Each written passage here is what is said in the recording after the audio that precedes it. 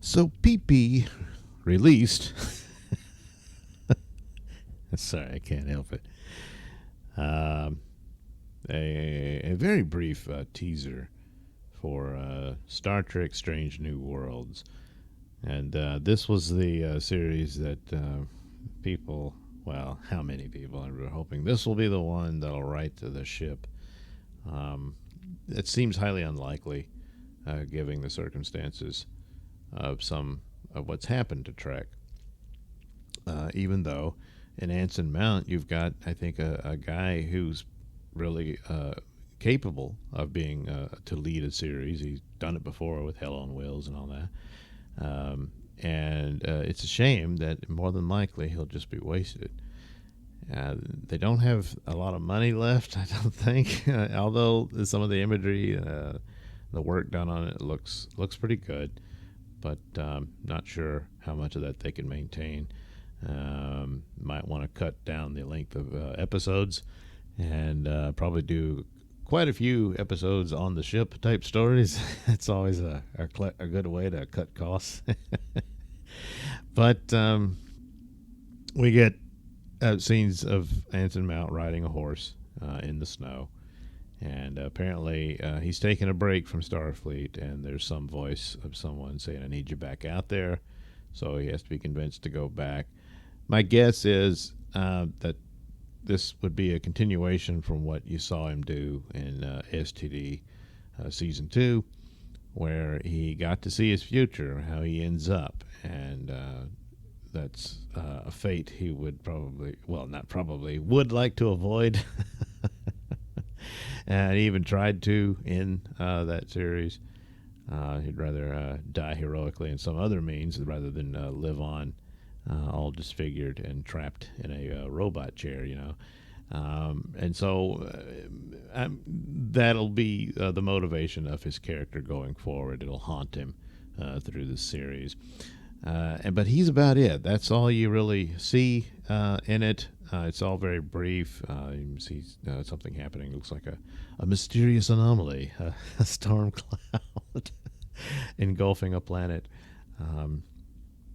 I would seriously doubt it's V'ger, but with Kurtzman trick, you never know what dumb crap they might do. And what I think looks to be, at least a shirtless Spock seen from behind. He's going to be completely naked Spock. Dear God. But, it like I said, it's some brief snippets here and there, and a scene of Pike in uniform staring through the window with a smile on his face, like, he's back where he belongs and all that sort of stuff. They've changed the uniforms again. We talked on that before. There were some other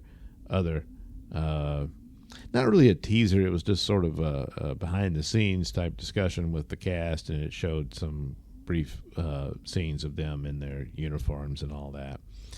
And these, of course, are not the uniforms they actually wore in that era that we briefly see from The Cage, and, of course, later on.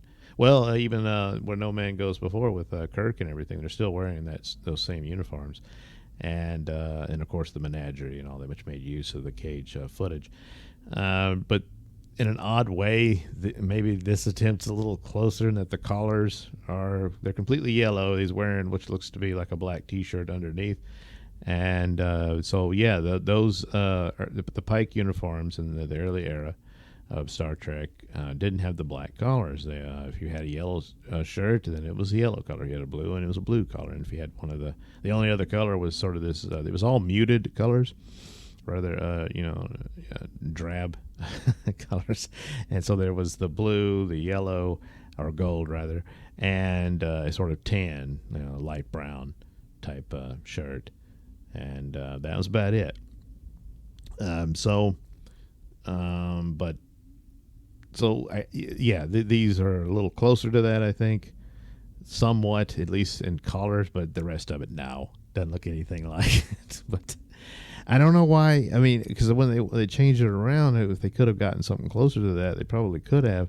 Now that it's all under one umbrella, I don't see why the 25% theory has to hold, unless it's because this is under the contract that Bad Robot and its offshoot Secret Hideout have to operate under.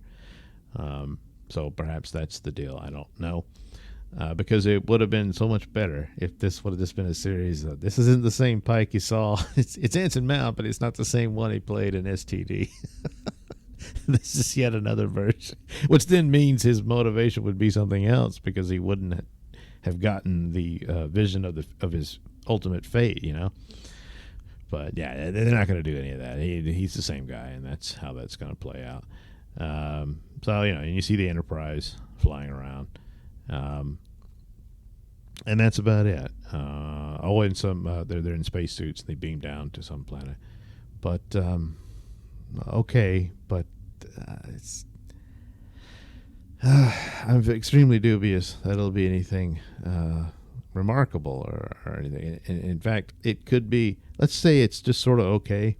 That would have, 5 years ago, that would have been great. It could have been the new Star Trek show, and people would be happy with it, even though it's nothing spectacular, but it doesn't do any serious damage to the Star Trek name and its philosophy and all that, which what these other shows have done, and breaking down characters and ruining them and all that. But, well, too late, because there were some elements of the new Picard. The